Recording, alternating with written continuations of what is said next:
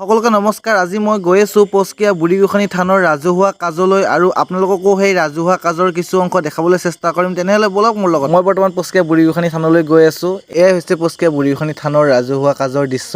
আহিয়েই ধুনীয়াকৈ মুখ হাতখন ধুই গোসাঁইলৈ শৰাই আগবঢ়ালোঁ আৰু ধুনীয়াকৈ মন্দিৰৰ কাষতে শৰাই দিয়াৰ ব্যৱস্থা কৰিছে। শৰাইখন দি মই যিবোৰ লগত বুট মাহ প্ৰসাদ লৈ আহিছিলোঁ সেইসমূহ গোটেই প্ৰসাদ ঘৰত ধুনীয়াকৈ জমা দি দিলোঁ। প্ৰসাদ ঘৰত মাহ প্ৰসাদসমূহ জমা দি মই মূল মন্দিৰৰ ভিতৰত আহি দেৱী মাৰ আশীষ বিচাৰি চাকি বন্তি জ্বলালোঁ। মুখৰ ফালে এখন ধৰ্মালোচনী সভাও অনুষ্ঠিত হ'বলৈ গৈ আছে। ৰ'ব আপোনালোকক কওঁ যে পচকীয়া মন্দিৰত বাঁহকহে পূজা কৰা হয়, কাৰণ ইয়াতে গোসাঁইৰ আশ্ৰয়স্থল হৈছে বাঁহজোপা। মন্দিৰটি বাঁহজোপাৰ ওচৰতে নিৰ্মিত কৰা হৈছে। তাৰপিছত এয়া চাওক, সকলো ভক্তগণকে তেওঁলোকে বুট দিয়াৰ ব্যৱস্থা কৰিছে। মাহ প্ৰসাদ গ্ৰহণ কৰি মন্দিৰৰ চাৰিওফালে এপাক ঘূৰি ধুনীয়াকৈ মই ভোজনালয়লৈ আহিলোঁ। ভোজনালয়ত মই পায়স গ্ৰহণ কৰি আছোঁ। এয়া চাওক, প্ৰত্যেক বছৰে বহাগৰ ৮ তাৰিখে এই পচকীয়া মন্দিৰত ৰাজহুৱা কাজ অনুষ্ঠিত কৰা হয়। ময়ো যাবলৈ ওলালোঁ আৰু সকলোকে ধন্যবাদ জনালোঁ।